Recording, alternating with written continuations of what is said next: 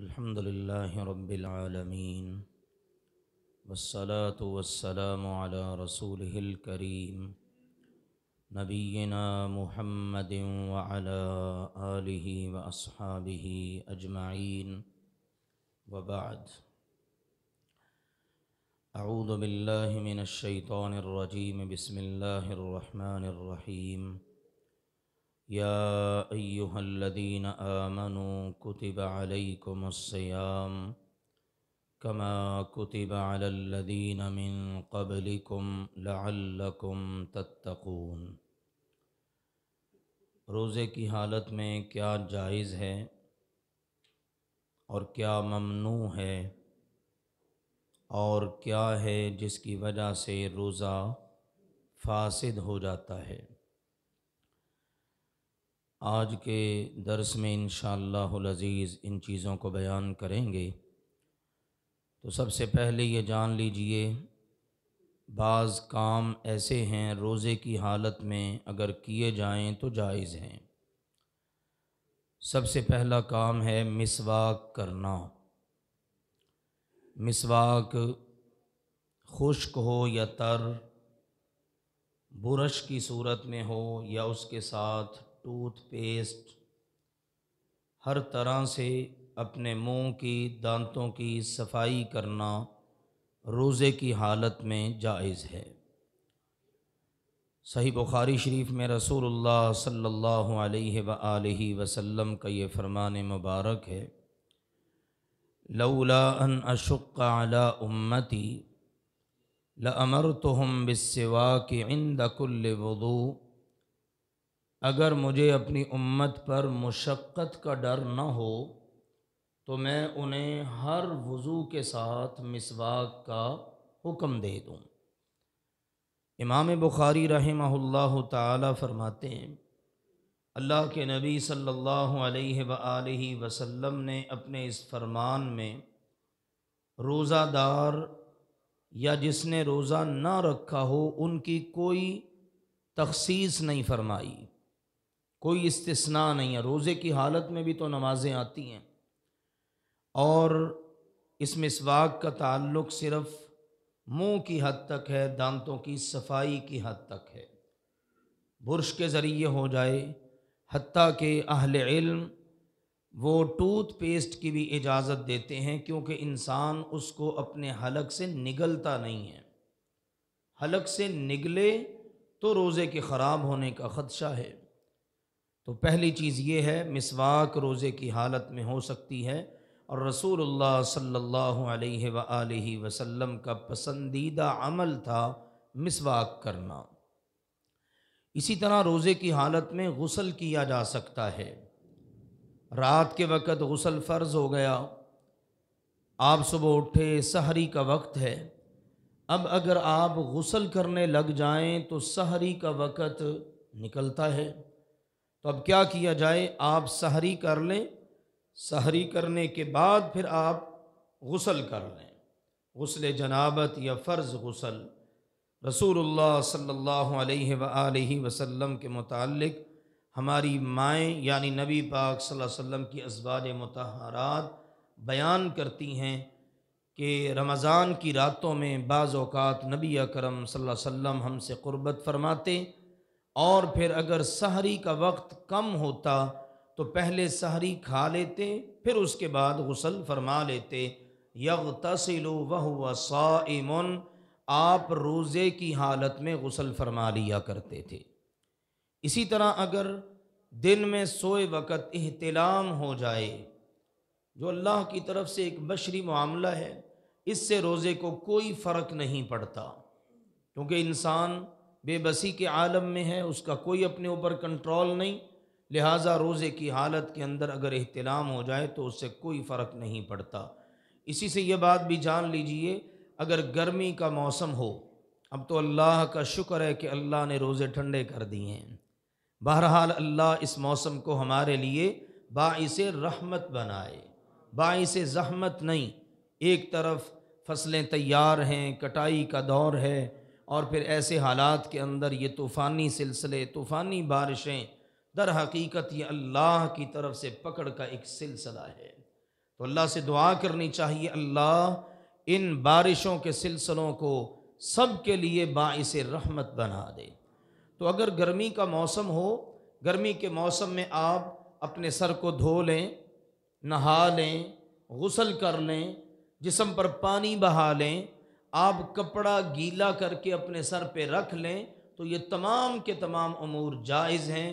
سیدنا عبداللہ بن عمر رضی اللہ عنہما کے بارے میں مروی ہے، جب روزے میں شدت ہوتی گرمی کی، موسم کی، تو وہ گیلا کپڑا کر کے اپنے سر پر رکھ لیا کرتے تھے تاکہ موسم کی شدت جو ہے اس کو برداشت کیا جا سکے۔ اسی طرح روزے کی حالت کے اندر عورت کھانا پکا رہی ہے، ضرورت ہے اس بات کی کہ وہ روزے کی حالت میں ہنڈیا کا ذائقہ چکھ لے۔ سیدنا عبداللہ بن عباس اور دیگر صحابہ و ائمہ کا کہنا ہے، اگر وہ ہنڈیا کا ذائقہ چیک کرتی ہے کہ اس کو اپنی زبان پہ رکھ لے، یا اگر کہیں کچن میں کام کرنے والے مرد ہوتے ہیں، بہت سارے ہوٹلز وغیرہ کے اندر مرد کام کرتے ہیں، تو اگر ضرورت ہے تو وہ اپنی زبان پر رکھ کر ہنڈیا کا ذائقہ چیک کر سکتے ہیں اور اس کو فوراً تھوک دیں، اس بات کی اجازت ہے۔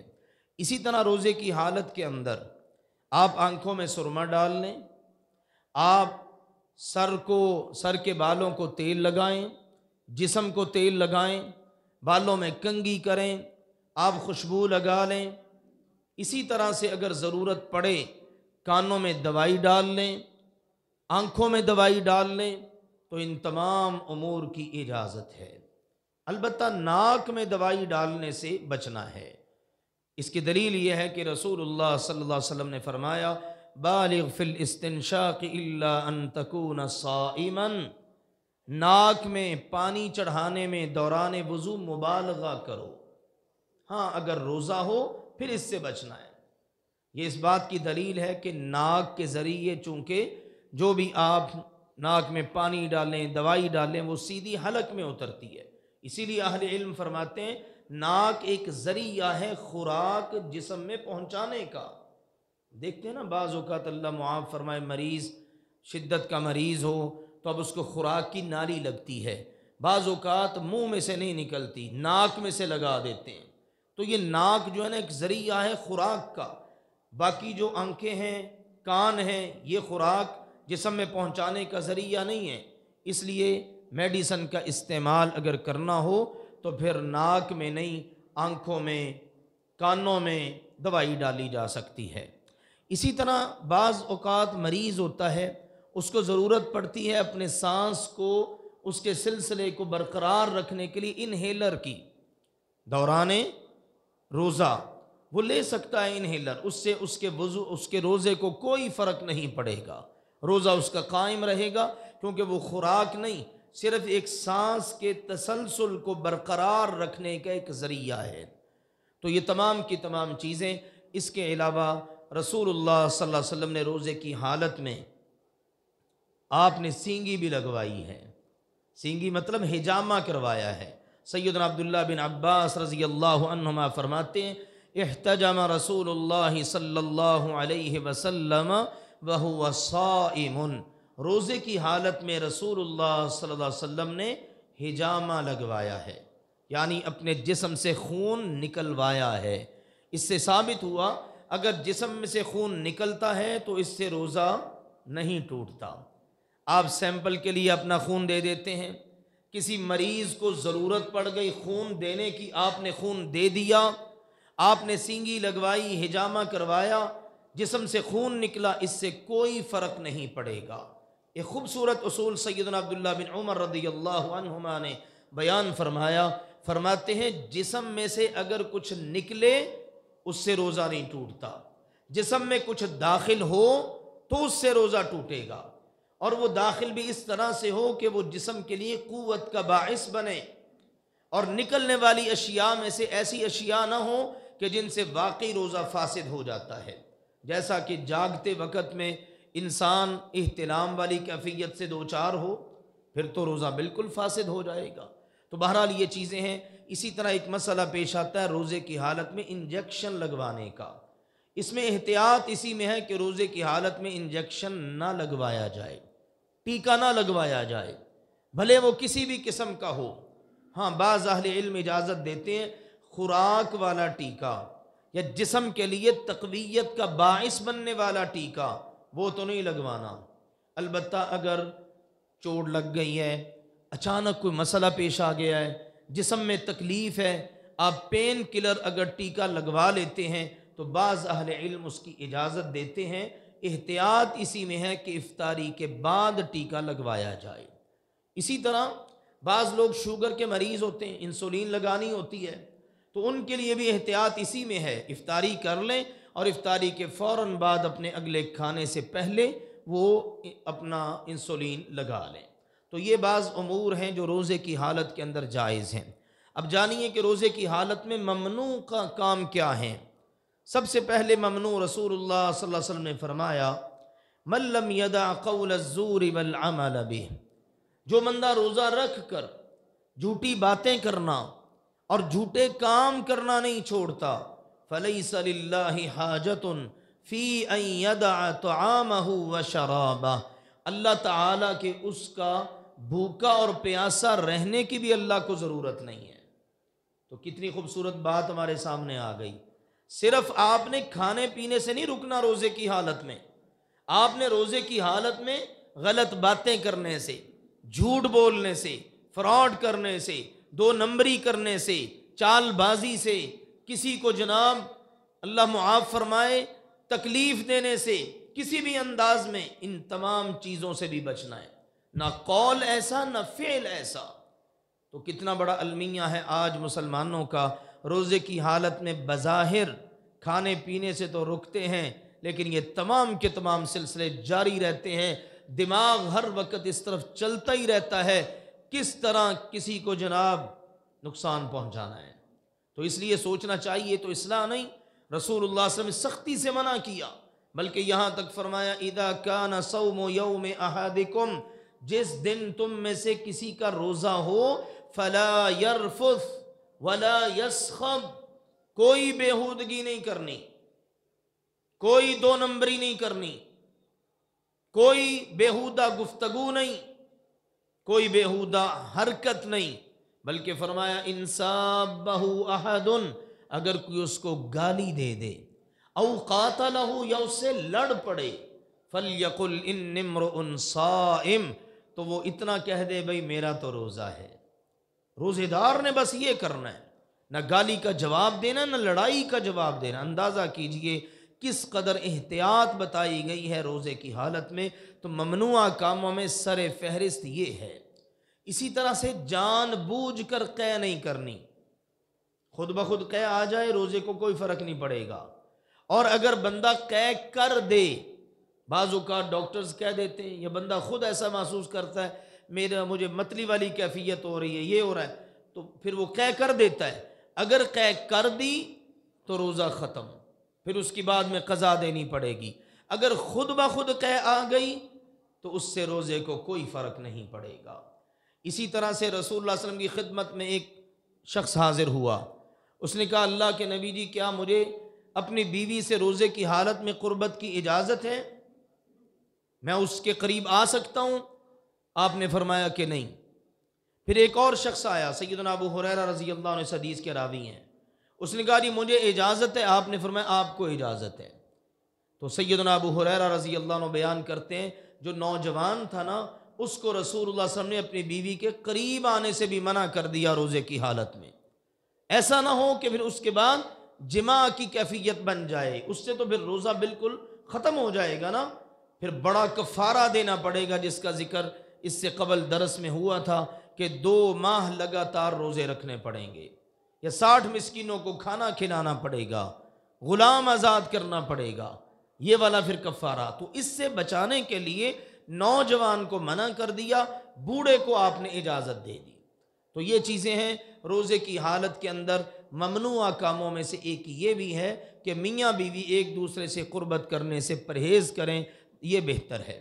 اب بعض چیزیں ایسی ہیں روزے کی حالت کے اندر ان سے روزہ جو ہے نا وہ ختم ہو جاتا ہے۔